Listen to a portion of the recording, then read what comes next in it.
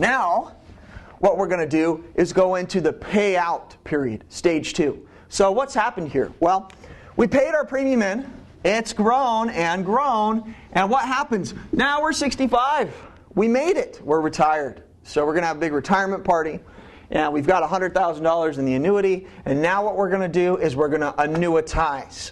So before we get there, let me kind of move this stuff over here so we have room to talk about annuitizing.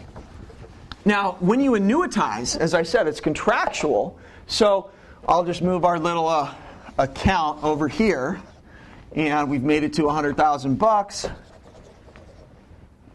And when we annuitize or go into stage 2, as I said, this is contractual in nature. Once you go into stage 2, you can't go back into stage 1. And remember, you can annuitize, you can go into stage 2 anytime you want. That's completely up to you. There is no 10% penalty that applies if you annuitize under 59.5. That 10% penalty applied if you were in stage 1 and you were withdrawing interest prior to age 59.5. What we're doing here is spreading the money out over our lifespan. So if we're going to spread the money out over our lifespan, the 10% penalty does not apply. So we could annuitize at, say, age 45. No 10% penalty. However, the money's being spread over a longer period of time. That means we're going to receive lower monthly payments. Okay, so back to my example here. We hit age 65. We annuitize. So basically when we annuitize, we say to the insurance company, here's our money. Here's my $100,000. I want you to pay this $100,000 out to me for however long I want it, depending on the payout option I select.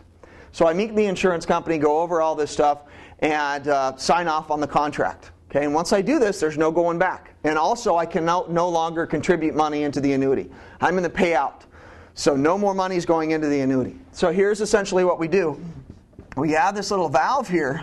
You turn this handle, and out from the account, the insurance company is going to send us a check every month for however long as determined in our payout period. Okay, so when we go into stage 2, we have to select from the different payout options how we want to take our money for the rest of our life. Well, we annuitize at age 65. We'll say that the insurance company determines that our lifespan will be until age 85. Okay, so based on all their statistics and actuarial tables, they determine that we're going to have a lifespan of 20 years. Okay, so we have the first payout option we have to choose from, which is called pure or straight life income. If we select this, no beneficiary. No beneficiary. So this payout option has the highest risk for sure because there's no beneficiary. And in return for that, though, I'm going to receive the highest monthly payment from the insurance company. So here we have a risk-reward trade-off here. Depending on how risky I'm willing to be with my money in that annuity account, the insurance company might be willing to pay me a higher monthly payment per month. Here's how this would work.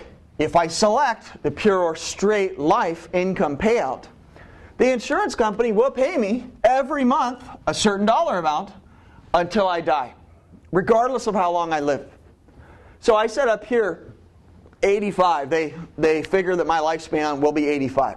What this means is, regardless of which of these payout options I select, the insurance company will guarantee that if I live to be 85, I will have received at least all of my money. Okay, so I'm really spreading my money out over my lifespan. However, what if I live longer than the average? What's the insurance company going to keep having to do? They're going to have to keep paying me the dollar amount that was agreed upon when I annuitized. So you see, my dollar amount payment is going to be based on a number of things. It's going to be based on the payout option I select. Obviously, is going to be a big determinant. How old I am, because the shorter my lifespan, the higher my monthly payment. And also a big one's going to be the amount of money that I have in my account. Now, assuming this is a fixed payout option, what I mean by that is fixed versus variable. If it's a fixed payout option, the dollar amount they determine when I annuitize will never change. It will be the exact same amount for the life of the policy payout.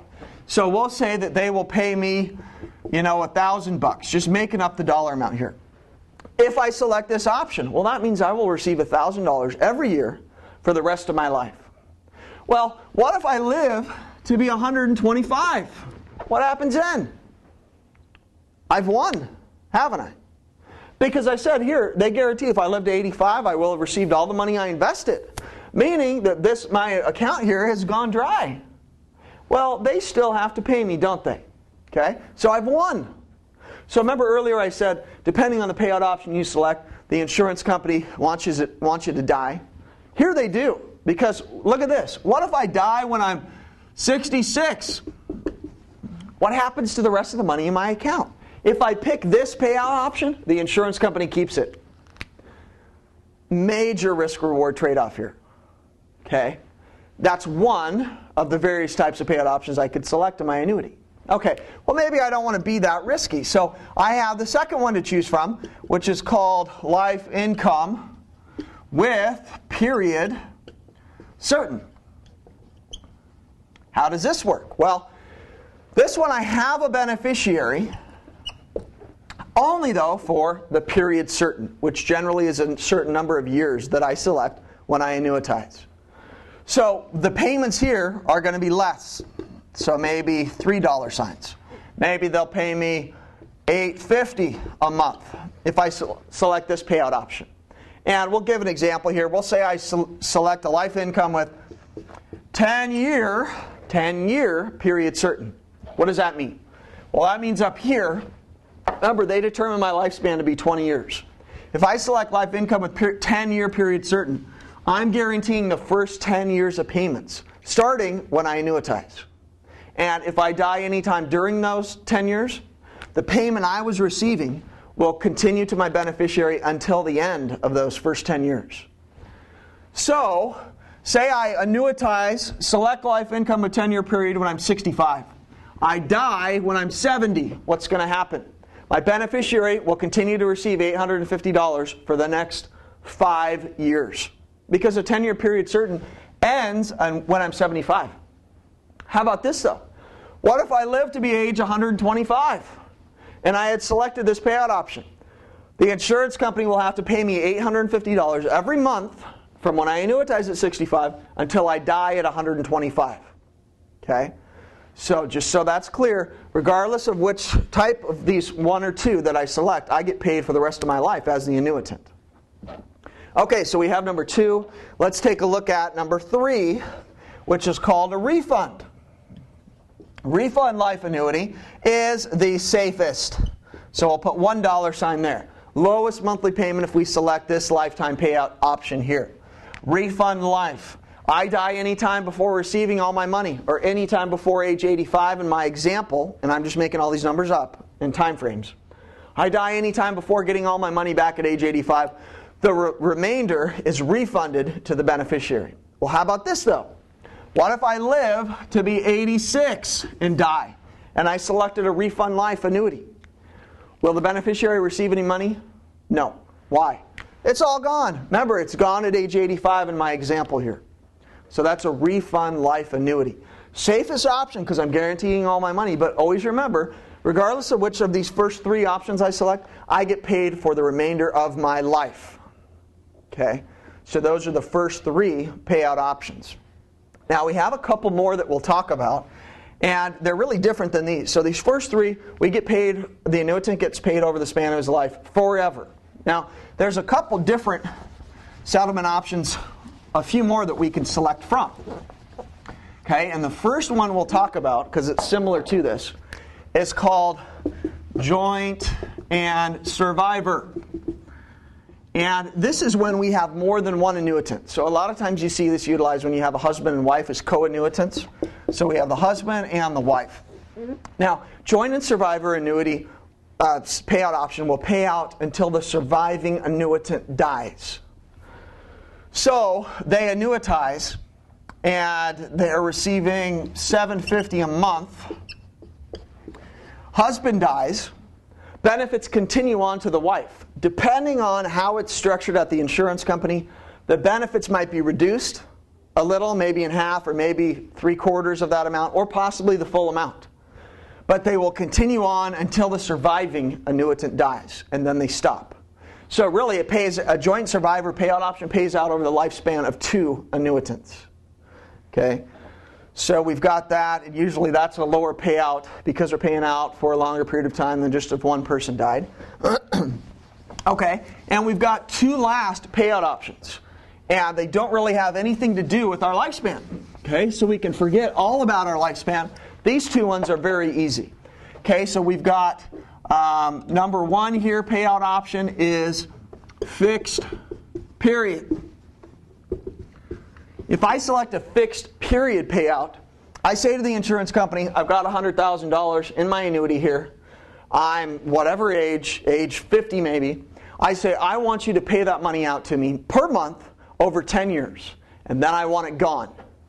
That's a fixed period payout option. Obviously, it doesn't pay out for the remainder of my life. It only pays out for a fixed period, as determined when I annuitize. Now, another option, and remember, neither one of these pay out over my lifespan. They pay out either for a fixed period or they will pay out a fixed amount.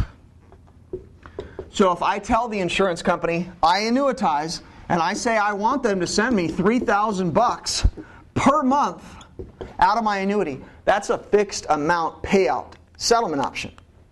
So this is my choice, and at some point in the future, most likely the account balance will run dry, although we're unsure of when that's specifically going to occur. Now the last thing, those are all the payout options you need to know for the exam. The last thing we'll talk about is taxes during the payout. Now here's really what you need to know. When you select your settlement option, depending on the amount of your cost basis, which is the amount of money you paid into the annuity, the insurance company is going to spread that amount over your payout. So, for example, say we selected a fixed period of 20 years that we wanted it paid out when we are age 50. Okay, so it's going to pay out until we are 70 years old. And we'll say that we've invested $40,000 is our cost basis in the account. That's what we invested in the annuity. What they're going to do is they're going to take our cost basis and spread it out each year over our lifespan. So we'll say each year that we will receive from our cost basis $2,000. So here's really how it works for taxes. Because remember, when you go into the payout period, there's still interest accruing on the money, and the insurance company still has to accrue the interest in the account, and it gets paid out to you over your payout period, and that is taxable to you, because remember, it was tax deferred until you received it. But here's how they do it in the payout. They spread out your cost basis over your lifespan, because remember, when you enter your payout, you can never add more money into the annuity. So this dollar amount, your cost basis, will never change. The amount of interest, though, is going to change because it continues to accrue. So since this never changes, this is what they use to determine how much you have to pay in taxes. They spread this out over your lifespan. So assuming we have a 20-year lifespan, or that we wanted it paid out over 20 years here, well, basically what the insurance company is going to do is divide the $40,000 by the 20 years and come up with $2,000. Okay? $2,000 per year. The first $2,000 you receive are coming from your cost basis. Any amount you receive over and above that per year is going to be taxable as the interest, as ordinary income, at the ordinary income tax rates. Okay, now remember though earlier we talked about, well, you could actually profit from the annuity and the payout. You could get more than you paid in. Well, if you do, if you hit zero here and they've paid out all your cost basis and they still have to pay you with those life income payout options, it's 100% taxable. So once you've received all your cost basis paid out of the annuity, they still have to pay you if you selected a life income payout option, such as pure straight life, life income, a 10-year period certain, or refund annuity. They have to pay you as long as you live. But once you receive all of your cost basis, they still have to pay you, and it's 100% taxable as ordinary income. But you're probably going to be in a lower income tax rate. Okay, so that's the basic explanation of the various things related to the annuities. Now, there's a couple things that we'll talk about, and it relates to the different types of annuity products. Okay, so we have fixed, and then we have variable. And here are the big differences. Fixed annuities have guarantees. Variables have no guarantees. So which one's going to be riskier? Fixed or variable? Variable, because there's no guarantees. Your money that you pay in is directly invested in the stock market. You could lose all of it at any time. Now, why would somebody invest in a variable? Because they're looking to keep pace with inflation. So fixed products have inflation risk. Now, inflation risk is also referred to as purchasing power risk. Well, if you invest in a variable, a lot of times the money's being invested in mutual funds, usually stock mutual funds, where they're trying to keep pace with inflation. And historically, since its inception, the stock market has done a pretty good job of keeping pace with inflation. Well, if you buy a fixed annuity and they're paying you a fixed guaranteed rate of return, such as 4%, well, what about in 20 years? That 4%, which you're still receiving, over here in a variable, you might be receiving 20%. Okay? So depending upon the rate of return, the market, and all that stuff, it's inflation risk with a fixed annuity. Fixed annuities have big inflation risk, especially if you select a fixed payout option, where they decide to determine what you're going to receive every month, and that's what you're going to receive for the life of the policy. Well, if you select a variable payout option, you will know exactly what the first month's payment will be, but thereafter it'll go up, it'll go down, based on the performance of the account, the separate account, and the variable contract.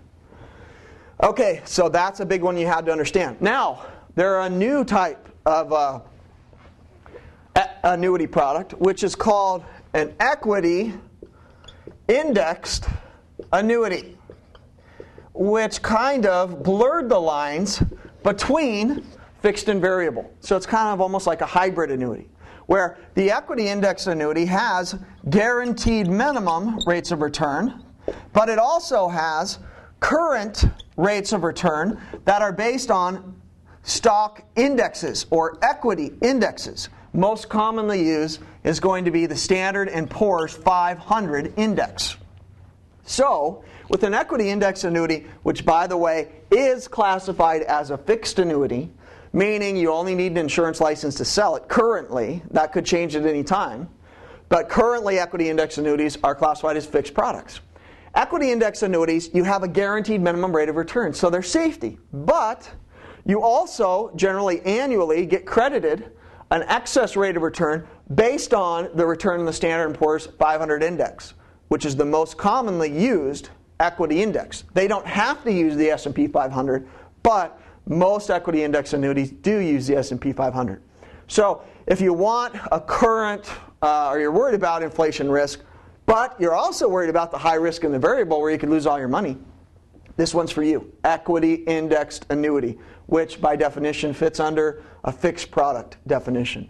So these are really the big three types of annuities that you need to know. And another couple things I'll mention for definitions, we have these terms, annuity unit and also accumulation unit. And basically these are just accounting terms. You buy a variable annuity, when you pay your premium in the accumulation stage, you're actually purchasing accumulation units. So this is the accounting term they use in stage 1. If I was to annuitize, which I can do at any time, remember, I can annuitize and go into stage 2. They convert my accumulation units into annuity units. So this term is synonymous with stage 2, the payout period of the annuity. So I have accumulation units, annuity units. You could think of them like shares of a mutual fund. If you want to invest in a mutual fund, you cut a check to the mutual fund company. They convert that check into purchasing shares of the mutual fund. Well, same thing, you buy a variable annuity. You're purchasing accumulation units during stage 1, which essentially are shares of the mutual fund. Okay? Which, when you pay your money into annuity, generally the insurance company's using your money to buy you shares of a mutual fund and hold that money in the separate account. Well, in the annuity, though, they call them accumulation units, not shares. And then if you annuitize that variable annuity, they convert them into annuity units. Okay? And the last thing we really would need to explain for you is, on the exam, you need to be careful when they ask the questions, because sometimes they ask questions about non-qualified annuities, and sometimes they ask questions about qualified annuities. we're talking about tax qualified. Now, all the examples we went over on the board, and as far as purposes for the exam with taxes, we were talking about non-qualified annuities, which most of your questions will be based on the exam. However, there are qualified annuities that they might ask about on the exam. So an example of a qualified annuity would be what's referred to as a 403B plan or TSA. And TSA stands for Tax Sheltered Annuity. Okay, now here's the big difference. This is a qualified plan. This is a retirement plan. Only eligible individuals can establish one of these. And you see a lot of teachers that work for public schools have these TSA accounts or 403Bs. It's an annuity. And they actually contribute to the annuity from their paycheck, from their gross pay. So the money going into the annuity, this annuity, the qualified annuity, has not been taxed. So they're contributing in here, plus there's interest that accrues on top of there. And here's the trick for the exam though. In a qualified annuity, when a person takes distributions or takes the money out, it's 100% taxable. Why? Because there's no cost basis. There's no cost basis. Remember I said they're contributing to the qualified annuity with money that's never been taxed. And the definition of cost basis or basis is the amount of money we've already paid tax on that's being invested into the product. Well, that's in a non-qualified annuity. The money we pay into the non-qualified annuity, we've already paid tax on, so we have a cost basis. However, in a qualified annuity, such as a 403B plan or a TSA, it's the same thing, just two different words for it. The money going in is going in pre-tax. There is no cost basis. So when this teacher decides to take a distribution from the TSA, the qualified plan, it's 100% taxable. And there's also going to be a 10% IRS early withdrawal penalty if the money is taken out prior to 59.5 on the full amount. Okay? So that's the differences as far as taxes go. Qualified annuity, non-qualified annuity. I would assume on this exam that they're talking about a non-qualified annuity unless they specify it's qualified. And usually they probably wouldn't specify. They just say a tax-sheltered annuity, and they expect you to understand that's a qualified annuity. And the taxes are different for qualified annuities. Okay, so that's the end of our presentation there on the board of annuities. Okay, so we'll pick up there in the book on page 53. We have that little overview there on the board, and that hopefully will help clarify the concepts as they're presented here in the book. At the top of the page on 53, the first paragraph says, annuities are the opposite of life insurance. We already said that, right? It says life insurance creates an estate for your heirs when you die, while annuities are designed to liquidate an estate through a series of systematic, guaranteed, we're talking about fixed annuities here, in most cases, payment to the annuitant as long as that person lives. In the second paragraph it says fixed annuities are a lot safer. There's minimum guaranteed rates of return. Remember, in the fixed products, the investment risk is to the insurance company, and the insurance company holds the person's money in the general account. Also, another point to make there in the second paragraph is fixed annuities are backed by the state guarantee fund. Every state has an insurance guarantee fund that protects policyholders of insolvent insurers. This means insurance companies that go broke. So if I have an annuity and say I have, $20,000 in the annuity, and the company that I bought it from goes broke, I can apply to receive that money back from the state guarantee fund up to a certain dollar amount. Now, a big key with the state guarantee fund is you cannot refer to it in a sales presentation. Your customer can ask you questions about it, but you can't directly refer to it in a sales presentation. Bottom of the page, page 53, it says immediate versus deferred annuities. We talked about the different ways you can pay in. First one they mentioned there, last paragraph, single premium annuity. Two different types, single premium immediate and single premium deferred. Remember, a single premium immediate annuity, we go directly into stage 2 and start taking the payout. Single premium deferred, we pay a lump sum in and we let the money sit in there. Now remember, the only way you can purchase a single premium annuity is with a lump sum of money. Top of page 54, it says in the second paragraph, there they are listed. Single premium annuity may be purchased to start paying you back right away, or to start paying you back at some point in the future. Then we see deferred annuities, maybe a couple questions on this for your exam. Then it gets into some tax issues. So how, if you're going to be taking money out of the annuity in the pay-in period, stage 1, how was the money taxed? Was it taxed as a return of cost basis first or a return of interest first? Answer is interest first. So they use for annuities what's referred to as last in, first out when taking distributions, taking withdrawals from the annuity. The second to last paragraph, I like the first sentence, says, remember, although annuities are life insurance, they contain no life insurance protection. And they give a little example there. Annuities may be purchased regardless of age or health. There's no underwriting because it's not a life insurance product. We have bottom of the page, last paragraph, flexible premium deferred annuities. That would be sold to a person maybe who's on commission or doesn't know exactly how much they want to put into the annuity over a period of time. They just purchase the annuity and do whatever they want from that point. Then we go to the top of page 55, stage 2, the payout stage, or annuitization as it's sometimes referred to. It says the first paragraph, top of the page, most annuities are purchased for retirement purposes. And it goes on to say, number 1, 2, and 3, these are in part what the payment you receive per month will be based on. Your expected lifespan, obviously. The longer the lifespan is, the shorter the monthly payment. Amount of money accumulated, the more in there, the more you're going to receive. And the type of payout option selected, whether it's fixed or variable. So we said fixed payout option, that's definitely going to have some inflation risk or purchasing power risk. The variable payout, it's going to fluctuate based on the return performance of the stock market. Then we have our payout options. Okay, so write some notes in here. This relates to the stuff we went over on the board there. Pure or straight life annuity. Most risky, highest monthly payment. Right above there, this pays for the life of the annuitant regardless. Okay, but there's no beneficiary. No beneficiary. So highest risk, highest reward. And then we get in the next one, life income annuity with period certain. So less risky, so lower dollar amount payout.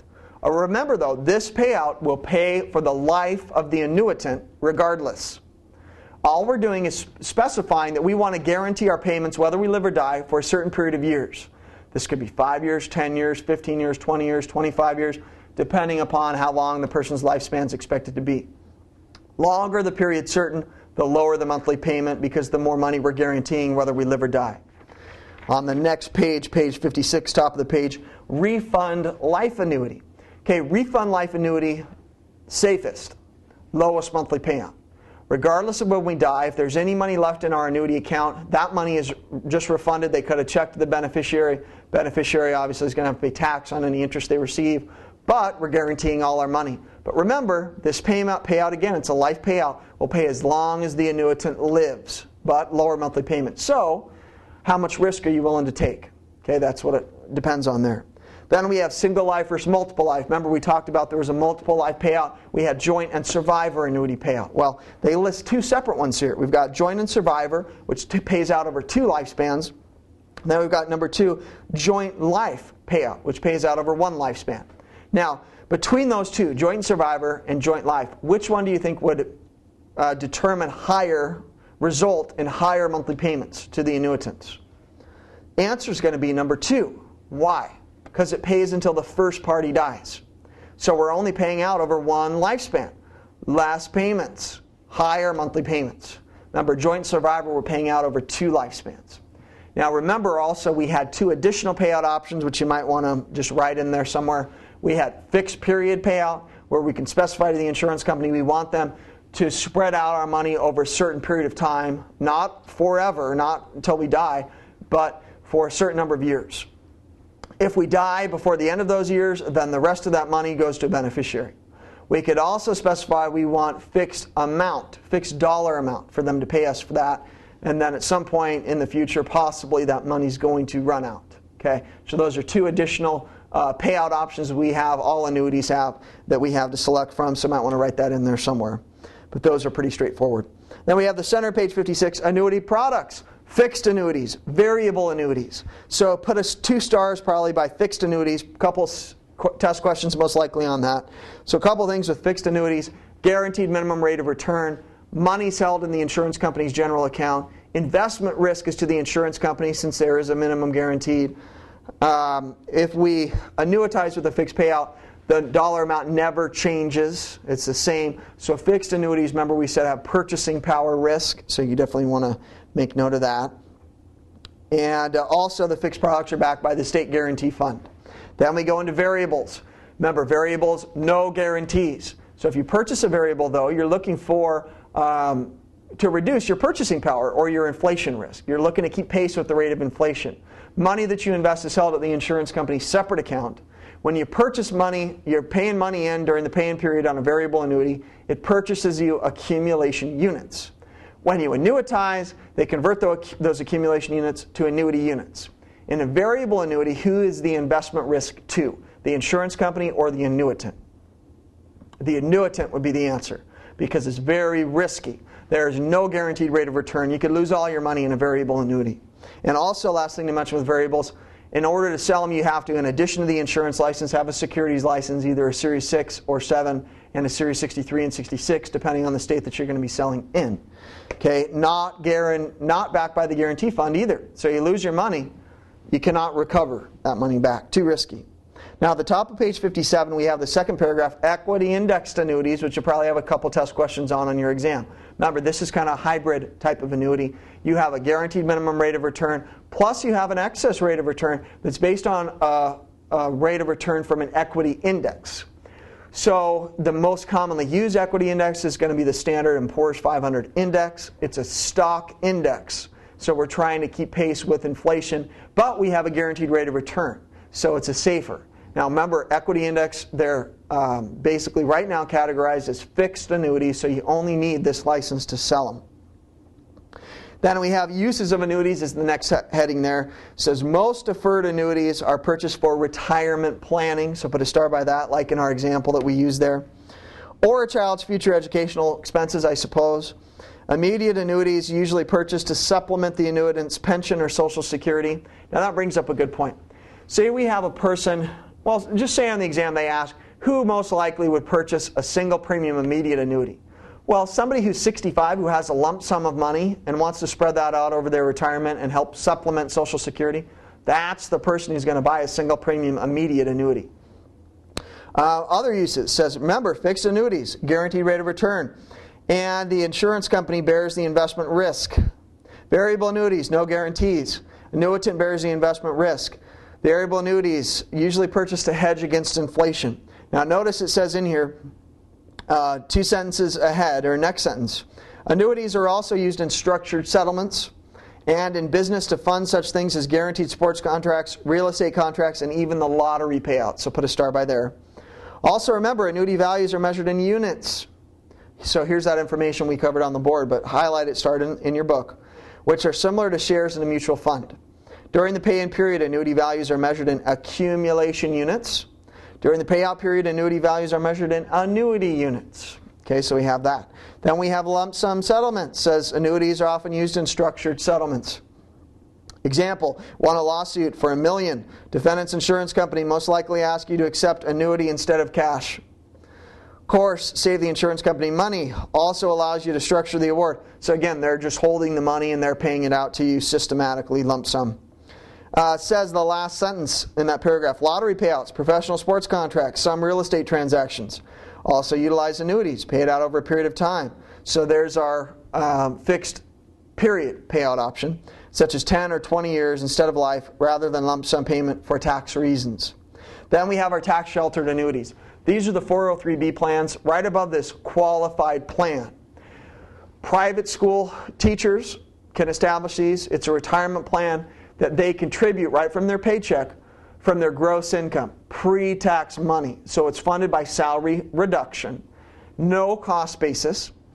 So when this person takes a distribution or takes money out of this plan, it's 100% taxable, all of it, because there's no cost basis. And there's a 10% IRS early withdrawal penalty if they withdraw any money prior to age 59 and a half. Let's see what else it says. Who else is eligible? Employees of public education institutions, so teachers, tax-exempt nonprofit organizations, and church organizations may exclude from their gross income, within limits, premiums paid on a contract that will provide for an annuity upon retirement. Employees of for-profit, highlight this, private schools are not eligible, nor are students. Next paragraph, generally TSA is considered to be tax-qualified plans. in that contributions are excluded from the participant's income and earnings accumulate on tax-deferred basis. Since neither the contributions nor the earnings have ever been taxed, all distributions from TSAs are taxable as ordinary income, and 10% IRS early withdrawal penalties may apply if a participant is under age 59 and a half. And that's going to be end of the annuity section. And go ahead, print off the next section, which is going to be taxes. Read through that, and that'll kind of be a review. I've tried to incorporate these tax issues as we've kind of gone along throughout the material here. So read that, and then we'll do that, and then we've basically got 2 sections left, taxes and qualified plans. We'll get those done, and we'll be finished with life insurance. Okay, so I'll see you in the next section.